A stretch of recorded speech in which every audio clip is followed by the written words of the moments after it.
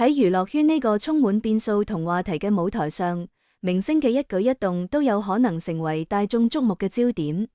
最近一則重磅消息就好似炸彈咁喺娛樂圈同網絡世界炸開咗。張學友連夜秘密離港，機場崩潰痛哭視頻曝光，羅美薇炒股勁食20億，張學友賤賣物業填虧空，經紀人佢回應健康傳聞，網友驚爆，演唱會恐全面叫停。呢一系列令人瞠目結舌嘅消息，瞬間引發咗軒然大波，無數網友紛紛猜測同熱議，呢背後究竟隱藏住點樣嘅故事？有消息話，呢次張學友秘密離港，或者同近期一系列嘅麻煩事有關。佢嘅行程原本應該係備受期待同矚目嘅，但呢次就好似顯得咁匆忙同隱秘。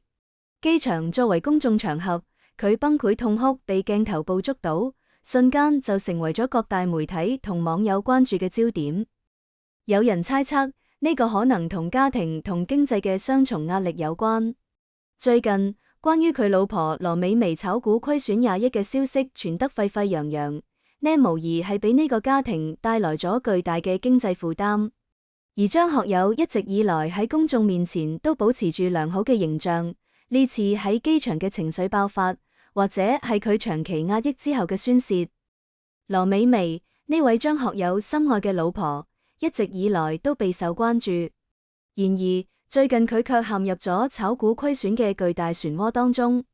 據相關消息透露，羅美薇喺短短4年時間裏面，炒股虧損高達20億。回顧羅美薇嘅炒股歷程，真係可謂充滿波折。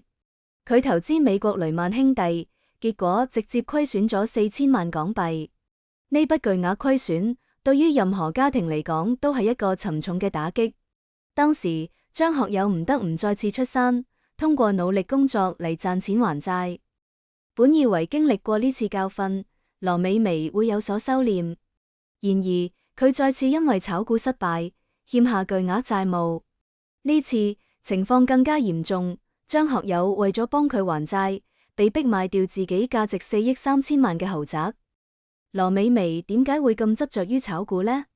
據了解，佢雖然喺屋企唔上班，但卻有住強烈嘅理財慾望。佢自認為有住股神咁嘅眼光，每次投資都係大手筆。然而現實卻殘酷咁打破咗佢嘅幻想。從羅美薇嘅成長經歷嚟睇，佢從小生長喺單親家庭當中，缺乏安全感。呢種性格特質或者都影響到咗佢喺理財方面嘅決策。佢希望通過投資嚟獲得更多嘅財富同安全感，但卻忽略咗其中嘅風險。而張學友作為佢嘅老公，一直以來都對佢寵愛有加。儘管羅美薇嘅炒股行為俾家庭帶來咗巨大嘅經濟壓力，但張學友從未諗過同佢離婚。佢默默咁承擔起咗家庭嘅重擔，用自己嘅努力嚟彌補老婆嘅失誤。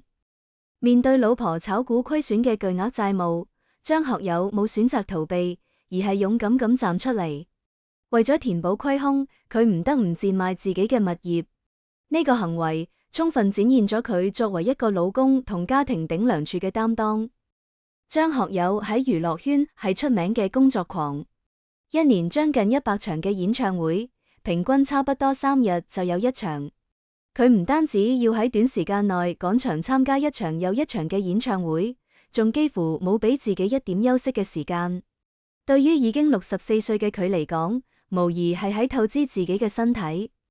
佢之所以咁拼命咁工作，就係為咗償還老婆炒股所欠下嘅債務。每一場演唱會，佢都全力以赴，用自己嘅歌聲同表演嚟打動觀眾。佢喺舞台上嘅精彩表現，背後卻隱藏住無數嘅辛酸同疲憊。從經濟角度嚟睇，張學友賤賣物業係一種無奈之舉。物業作為重要嘅固定資產，通常都有住比較高嘅價值。但在家庭面臨巨大經濟危機嘅情況下，佢唔得唔做出呢個選擇。呢個都反映出佢對家庭嘅重視同對老婆嘅心情。佢嘅呢種擔當精神，贏得咗無數人嘅尊敬同讚揚。媒體紛紛稱讚佢係深情同守護家庭嘅典範，係好男人嘅代表。然而，佢內心嘅苦衷，又有幾個人可以真正懂呢？喺張學友機場崩潰痛哭視頻曝光，羅美薇炒股虧損同賤賣物業等一系列消息傳出之後，關於張學友健康狀況嘅傳聞都開始傳得沸沸揚揚。有網友爆料話，張學友身體狀況唔好，演唱會恐全面叫停。面對呢啲傳聞，張學友嘅經紀人選擇咗拒絕回應。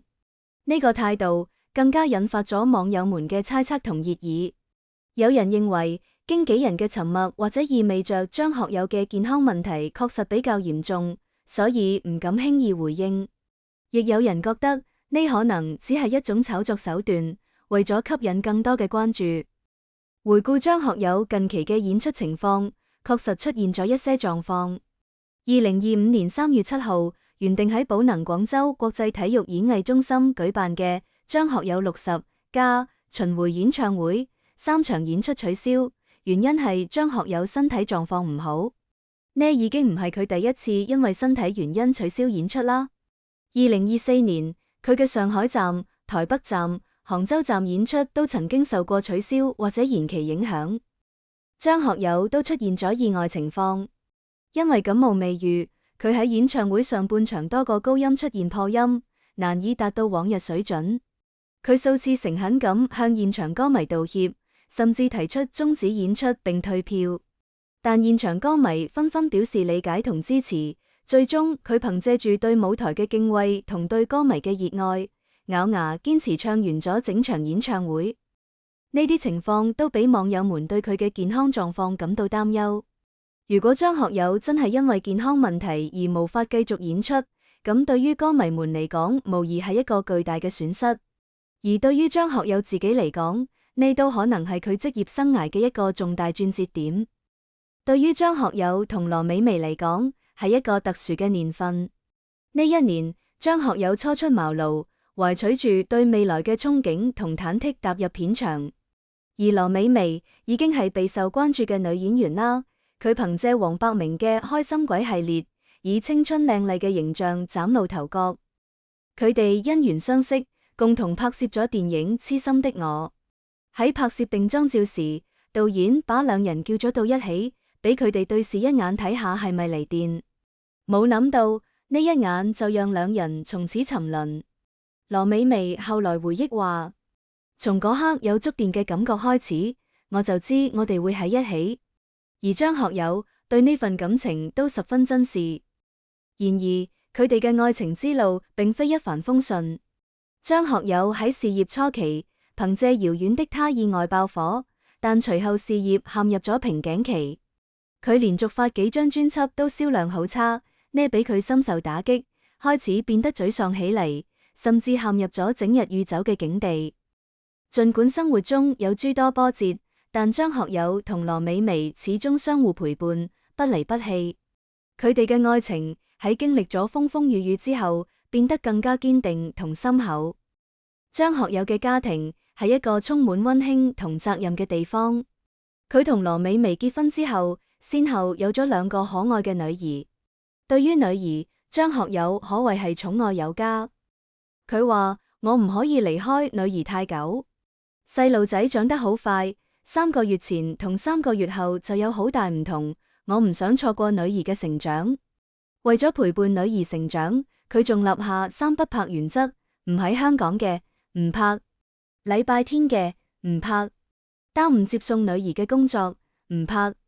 為此，佢甚至仲拒絕過春晚嘅邀約。喺家庭當中，張學友承擔住重要嘅責任。佢唔單止要努力工作賺錢養家，仲要照顧家人嘅感受。面對老婆羅美薇嘅潔癖同理財失誤，佢始終保持住包容同理解。佢用自己嘅行動詮釋住咩係真正嘅男人，咩係家庭嘅責任。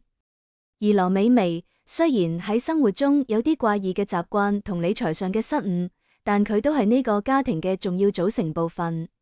佢為張學友生兒育女，喺背後默默支持住佢嘅事業。佢嘅存在俾張學友感受到咗家嘅溫暖同愛嘅力量。佢哋嘅家庭就好似一個避風港，喺娛樂圈呢個複雜嘅世界裏面，為佢哋提供一個可以安心休息嘅地方。儘管近期遭遇咗一系列嘅麻煩事，但佢哋依然相互扶持，共同面對。因為對音樂嘅熱愛，佢開始嘗試同同學組織樂隊，以及參加各種演唱比賽。1984年，23歲嘅張學友喺國泰航空做一名普通嘅票務員。當佢聽講全港18區業餘歌唱大賽要舉辦，冠軍唔單止有一部7000蚊嘅唱片機，仲可以簽約寶麗金唱片公司時，佢習慣性報咗名。憑借一曲《大地恩情》，佢戰勝1萬多名參賽者，成功簽約咗寶麗金唱片。1985年，公司推出咗為佢量身定做嘅個人專輯《Smile》，銷量突破20萬，俾佢獲得咗人生中第一個獎項——第8屆10大中文金曲最有前途新人獎。此後，佢嘅事業一度順風順水，但隨後都遭遇過低谷，專輯銷量下滑、酗酒、醜聞等，俾佢陷入咗困境。然而，佢冇放棄，通過努力戒酒同全身心投入音樂創作，佢憑借《給我親愛的》專輯重回巔峰。1991年，佢嘅第14張專輯《情不禁》發布，憑借其中《每天愛你多一些》一曲，佢一舉獲得咗多個大獎。1993年，《吻別橫空》出世，專輯賣出咗400多萬張，仲獲得咗多個獎項，風靡全球。隨着張學友健康傳聞嘅擴散，網友們開始擔憂佢嘅演唱會係咪會全面叫停。對於歌迷們嚟講，張學友嘅演唱會係一場場視聽盛宴，係佢哋同偶像近距離接觸嘅寶貴機會。從經濟角度嚟睇，如果演唱會全面叫停，唔單止會對張學友本人造成巨大嘅經濟損失，仲會對相關嘅演出公司、票務平台等產業鏈上嘅各個環節產生影響。而對於歌迷們嚟講，佢哋可能會失去一次難忘嘅音樂體驗。然而，從張學友嘅健康狀況出發，如果佢嘅身體確實無法承受高強度嘅演出，咁暫停演唱會都係明智之舉。畢竟，身體係革命嘅本錢，只有保持良好嘅身體狀態，先可以為歌迷們帶來更多精彩嘅演出。歌迷們對張學友嘅演唱會充滿住期待，佢哋希望佢可以盡快恢復健康，重新站喺舞台上，用佢嗰動人嘅歌聲同精彩嘅表演，為佢哋帶來更多嘅歡樂同感動。同時，佢哋都表示會一直支持張學友，無論佢做出點樣嘅決定。